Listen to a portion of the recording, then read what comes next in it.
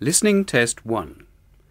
This is a practice listening test which resembles the International English Language Testing System listening test. The test consists of 4 sections. Answer the questions as you listen to the recording. Note that the recording is played once only. Please turn to Section 1. Section 1. George and Lisa are overseas students studying in Britain. They are returning home for the summer holidays. First, look at questions 1 to 4.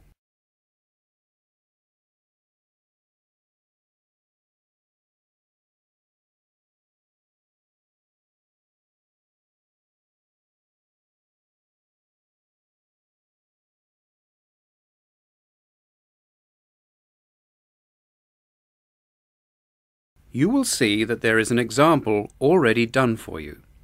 For this question only, the conversation relating to the example will be played first. That'll be £23. Right, there's your change. Have a nice trip. Oh, I'll just get your bags out of the boot. Thank you very much. The taxi driver said that he would get the bags out of the boot of his taxi, so the correct answer is A. Now we shall begin. You should answer the questions as you listen, because you will not hear the recording a second time. Now listen carefully and answer questions 1 to 4.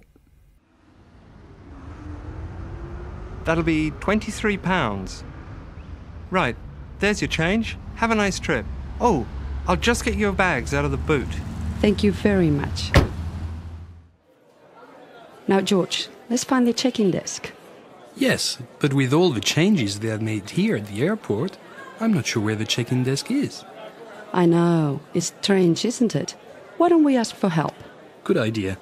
What about that man sitting down over there? Which one? The one with the hat on? But what about the man with the blue uniform and the cap sitting on the trolley? He's bound to know. He looks like he works here. Okay, I'll ask him. Excuse me? Could you tell me where the check-in desk for France Air is, please? Let me think. I haven't worked here very long. The best way to get there would be to turn left at the end here, where the cafe is, and then go straight ahead until you're opposite the departure gate's entrance. No, sorry. It might be quicker to turn right as soon as you get past the cafe. And keep going along the corridor until you come to the sliding doors at the end. On the left. Yep, that's it. All the check-in counters are in a hall there. I'm pretty sure France Air is directly to your left as you walk in the hall. Thanks a lot. So it's left past the cafe and then right opposite... The bookshop. You can't miss it. Come on then, Lisa. We don't want to be late. And I want some time to get a cup of coffee and look around the bookshop. Okay, George. But I want to go and wash my hands first. I'll meet you at the check-in desk. George now speaks to the clerk at the check-in counter. Listen to the conversation and fill in the information on the excess baggage form in the spaces numbered 5 to 10. First, you have some time to look at the form.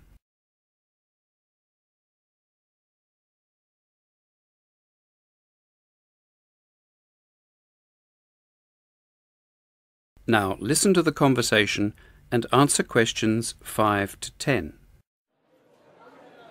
Good morning. Can I help you? Yes, I would like to check in for flight FA 492. Very good. Can I have your ticket and passport, please? Yes, here you are. Okay, thanks. If you could just put your suitcase on the scales. Oh, I also have this extra box that I want to take as well. Okay, well, that's extra luggage, so I'll have to get you to fill out an excess baggage declaration certificate. It'll cost extra, I'm afraid. Let's see, £40 exactly. Ah, well, what's the form for? It's just a form you have to fill out, so if there are any problems, we'll know where you are and how to contact you. So, if you can give me a few details, I'll key in the information. Okay then. Now, your passport says your name is Lavillier, is that right? Yes, George Lavillier. George, L-A-V-I-L-L-I-E-R.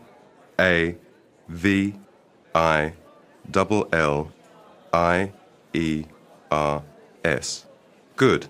Now, nationality, French. No, wait a minute. It's a Swiss passport. Well, yes. I live in France, but I was born in Switzerland. Swiss. Very good. Flight number FA492. Destination is? Paris. Are you connecting with any other flight in Paris, or will you be staying there? No, I'm spending my holiday in Paris. Well, Sèvres, just outside Paris. Okay, so what's the phone number there? Let me think. The country code for France is 33, and the number is 198614537. Right, so that's 33198614537. Yes, that's it. And can you tell me briefly what you have in the box? Well, there are some books, just university textbooks from last term, some clothes, and, oh yeah, my computer disks. Okay, thank you. And what would be the approximate value of the contents? Oh, quite a bit actually. About 150 pounds. That's all? There's your receipt for the box, your passport and ticket, and here's your boarding pass. Gate 7. You can board the plane in about 35 minutes. Have a nice flight. That is the end of Section 1. You now have 30 seconds to check your answers to Section 1.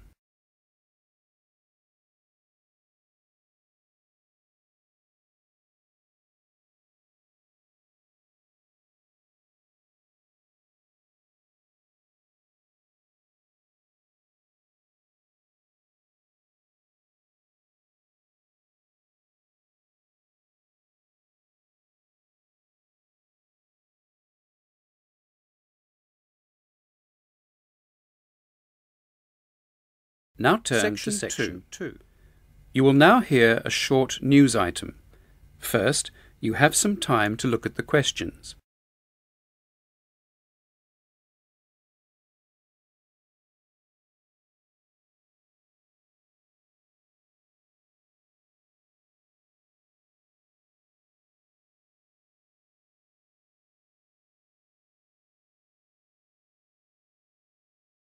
Now listen to the news item and answer questions 11 to 20.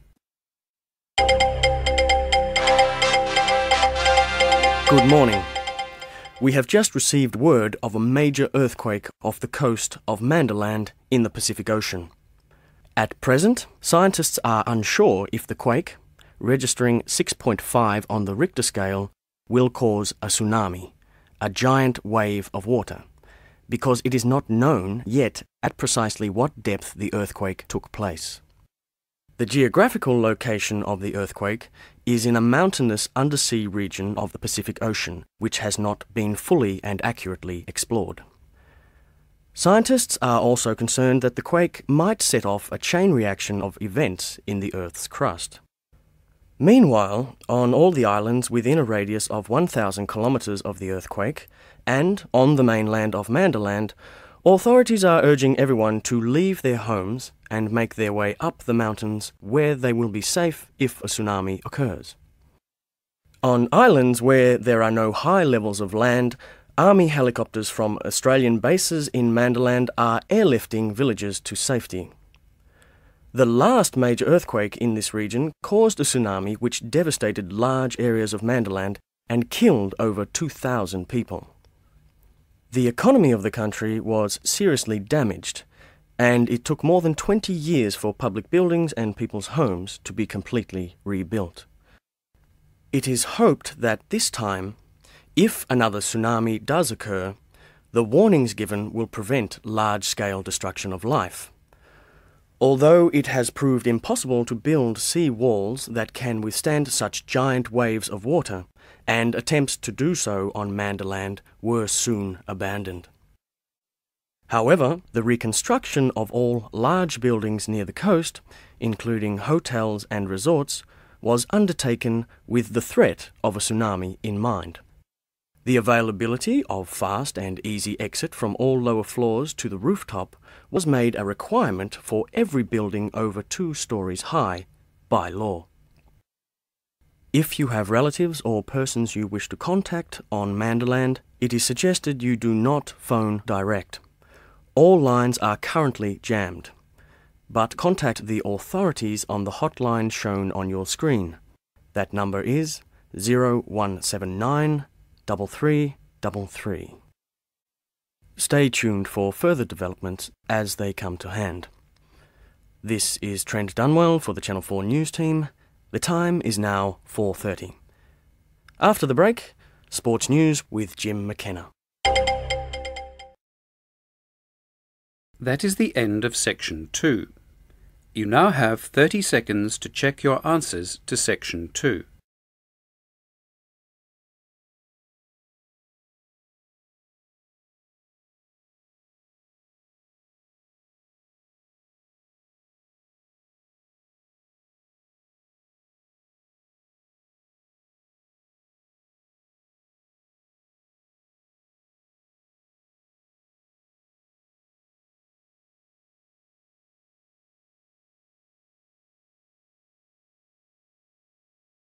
Now turn to Section 3. Next, you will hear an interview on the radio. First, you have some time to look at the questions.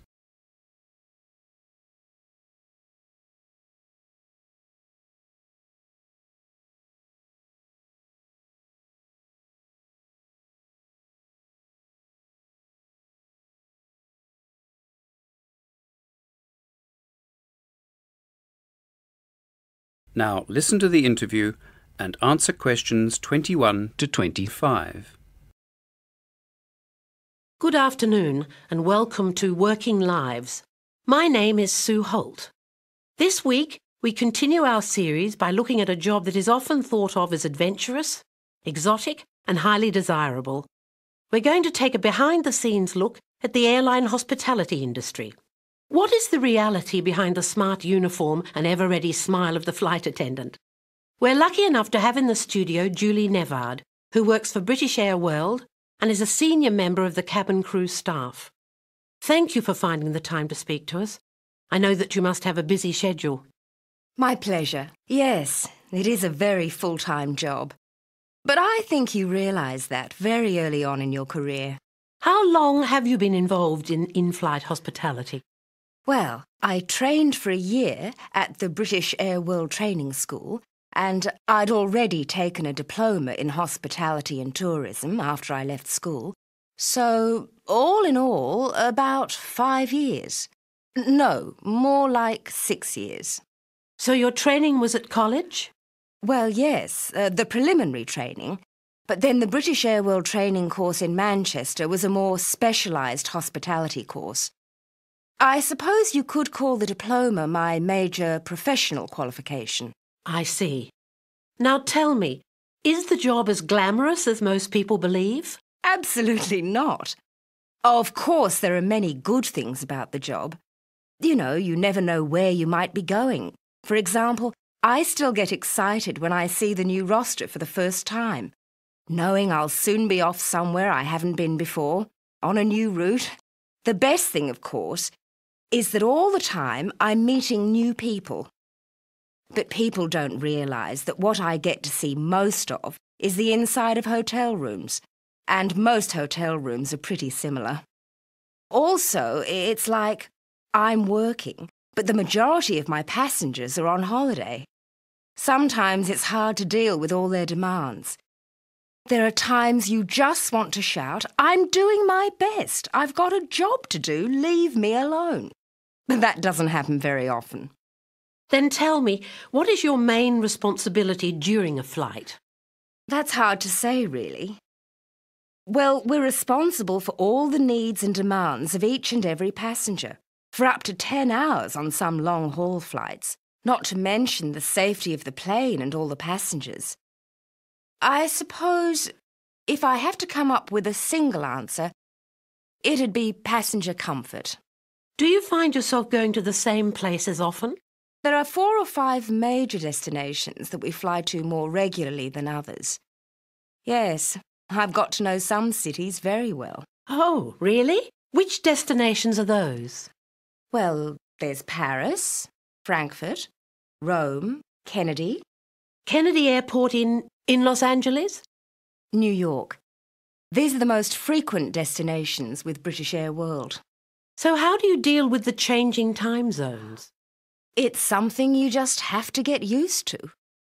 Everybody in the industry has a special tip to beat jet lag on longer flights. But me, I just make sure that I'm regularly changing the time on my watch. I find that if I change the time little by little and fairly frequently, well, that seems to work well for me. You see, I have two watches. The one I'm constantly adjusting, and the one with the original time at departure. That sounds like a good idea. In the next part of the radio interview, complete the table with no more than 3 words for each answer. First, you have some time to look at the table and questions.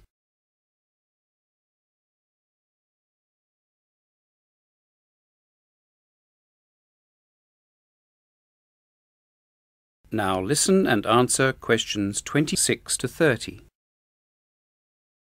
So, have you seen many changes in the type of services you offer? Oh, yes. These days the competition is much tougher. I suppose the result is that the consumer, the traveller, has a much better deal. Well, the seats are bigger, more comfortable than they were 10 years ago. The in-flight entertainment, the films, now they're all recent release blockbusters. They weren't 10 years ago. But the 2 biggest improvements have been to do with the smoking restrictions and the upgrading of the meals. Oh, right. Tell me about these 2 changes. Yes. The restriction on smoking has had a 2-fold benefit. Firstly, the atmosphere is much more pleasant. And secondly, the fire risk is greatly reduced. You know, we used to have people dropping cigarettes, burning the seats. A dreadful fire risk, can you imagine? Terrible. I, for one, never understood why anyone was ever allowed to smoke on aeroplanes in the first place. And the meals? With so many carriers vying for passengers on the same route, you just have to offer more. Vegetarian meals, choice of 2 hot meals, interesting, exotic, gourmet food. All this is now commonplace in our economy class galleys. And for the business and first class passengers, the food is as good as in any world-class restaurant. Top chefs, great presentation, nutritious ingredients. Really, quite lovely. And finally, what advice or words of warning would you give to school leavers considering a career in this industry? Well, that's a difficult question. I'd say think long and hard about why you want to do it. It's not all glamorous, and it can be very hard work. Julie, it's been fascinating talking to you. Thank you for your time. And just before we go, next week we will be talking to... That is the end of Section 3. You now have 30 seconds to check your answers to Section 3.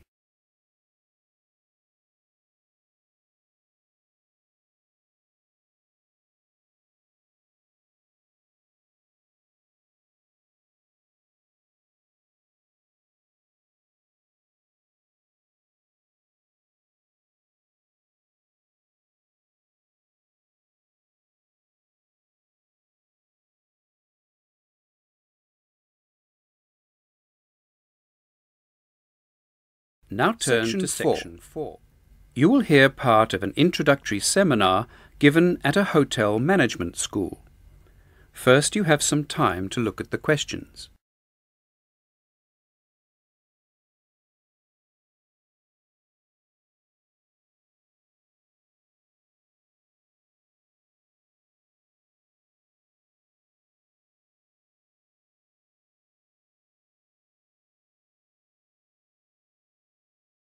Now listen to the lecture and answer questions 31 to 40. Welcome to the first seminar of the International Hotel Hospitality and Management course. My name's Garth Walters, and I'm one of the career advisors at the school, and this afternoon I intend to give you an overview of the 4 core subject options available to you in this course, one of which you will need to choose as your core or main subject by the end of the first week. Each core subject prepares students for work in one of 4 major career areas: front desk and reception work, drink and bar service, restaurant service, and lastly, guest relations. For each area that I have mentioned, we will explore the personal skills required, the professional qualifications needed, and the career opportunities available. To start with, we are going to take a look at front desk and reception work. In some ways, the reception desk is both the face and the nerve center of a hotel. It's the first point of physical contact with the client, and a close and professional relationship should be immediately struck up. The psychology behind the need for creating a good first impression and maintaining it is fairly obvious. But how to do this effectively constitutes a major slice of the work that all students will be doing in the first few weeks of this course, regardless of the option that you choose. Now, the type of person who is best suited for front desk and reception work is self-confident, caring and sensitive, intelligent, and also able to work calmly in the glare of the public eye, when it's as busy as it often gets, without appearing to panic.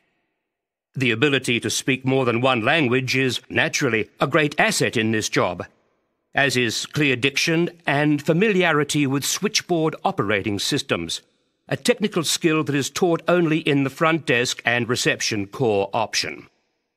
Qualifications? Well, ideally, an associate diploma with at least one foreign language would be good, but this is not strictly necessary. You are encouraged, however, to take up another language. As for the career opportunities available, after a few years, competent front desk staff can begin working in reception management, that is, being responsible for the VIP guests and coordinating and arranging conferences and meetings at the hotel. We now move on to the second core subject option, drink and bar service.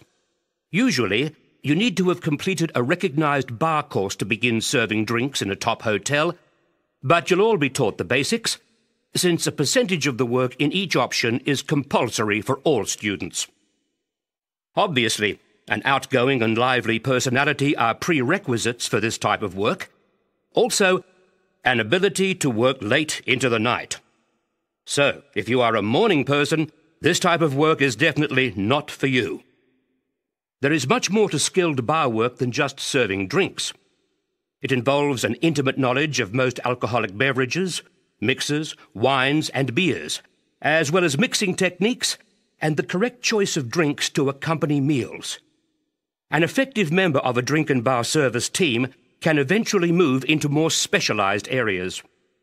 2 of the main avenues open are cellar management, dealing exclusively with wine and fortified wines, the selection, purchase, storage, and general upkeep of the hotel cellar, and the other area is working in coordination with fine restaurants as a wine manager or consultant, with the emphasis placed more on the bonding of wine with food. Naturally, for both careers, a wide and thorough knowledge and appreciation of wine varieties and styles is essential. The third core subject option is restaurant service. Well, a love of food and its presentation is a must for anyone considering this line of work. Also, life in a restaurant can be hectic, hot, and very busy. The hours are long, and the competition for certain positions within the industry is tough. But by completing the International Hotel Hospitality and Management Catering Core option, you will be able to enter restaurant service as an assistant or Grade 3 chef. As a Grade 3 chef, you will be responsible for the preparation of salads and desserts, stocking and cleaning the fridges, etc. And as you learn, you can progress to Grade 2, and then, with time, Grade 1 or Chief Chef. As you become more familiar with different styles of food and presentation, you may wish to specialise in a particular area. But, as I said, the competition, especially in the larger, more reputable hotels, can be fierce. Right. Before I move on to the last option, guest relations, I want to say a few words about how you can best choose your core subject. But are there any questions before I continue? That is the end of Section 4. You now have 30 seconds to check your answers to Section 4.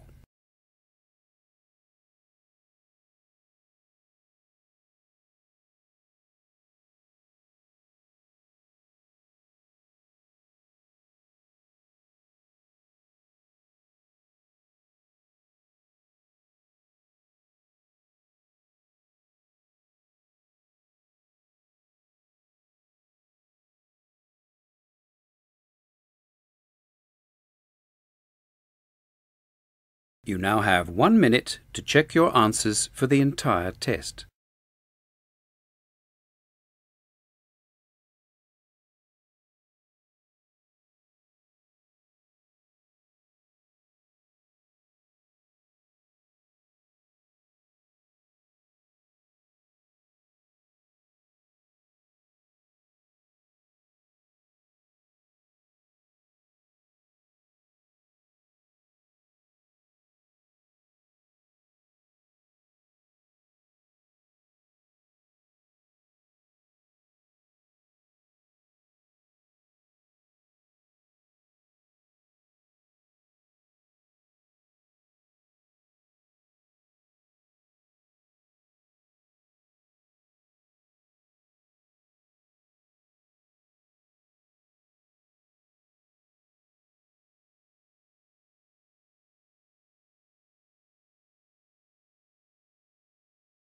That is the end of the listening test. You are now given exactly 10 minutes to transfer your answers to the listening test answer sheet.